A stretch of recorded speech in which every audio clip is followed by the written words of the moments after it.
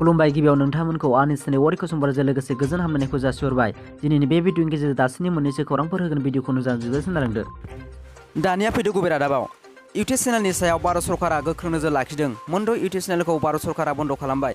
मख'नो गोनांदि भारत हादरनि हेंथायै आरो भारत हादरनि रैखाथिनि बिथिङाव नंखाय खौरां फोसावनायनि गोख्रों नोजोर लाखिना दिनै बैफोर इउटुब चेनेलखौ बेन खालामो भारत सरकारनि नरेन्द्र मदिआ। मिथिनाय बादिबा भारत हादरनि रैखाथिनि बेलायाव जेब्लाबो नंखाय खौरां फोसावना सुबुंफोरनि बेलायाव गोनो गोथो खालामनाय पाकिस्तान हादरनि मोनद' गेदेर इउटुब चेनेलखौ भारत सरकारनि बिथोनाव गुगोलआ बन्द' खालामो। बेल' नङा, भारतनिबो मोनजि इउटुब चेनेलखौ बेन खालामदों होनना खौरां मोनो। दानिया फैदो गुबुन रादाबाव। थांनाय 24 एप्रिलाव खुंजानाय आसाम पुलिस एसआइ आनजादनि सोंथि बिलाइया ससियेल मिडियाआव भाइरेल जादों।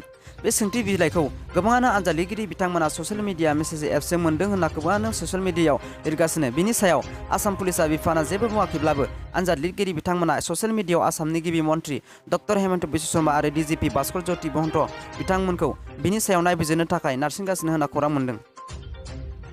दानिया फैदो जोबथा खौराङाव। बर' हारिनि मोसानायखौ लाजि फोनांनाय जादों। साननैसो सिगाङाव बर' हारिनि ड्रेस गाननानै टिभिआव मोजाङै मोसानो रोङा गारा मोसानो दिन्थिनायनि सायाव दुलाराय बर' हारिमु आफादनि गाहाय आफादगिरि जगेश्वर ब्रह्म बिथाङा सोंखारिनायजों लोगोसे दुखु मोननाय फोरमायदों। मैया बेखौ दिन्थिनाय फसन जनसुरि बाहिनीनि दैदेनगिरि देबजित बरानि बेरेखा खौरां मेल खुंदोंमोन। बिखौ 48 घन्टानि गेजेराव निमाहा बिनो बिथोन होदों। आफादजों लोगोसे ससियेल मिडियानि गेजेरजोंबो निमाहा बिनो होदों।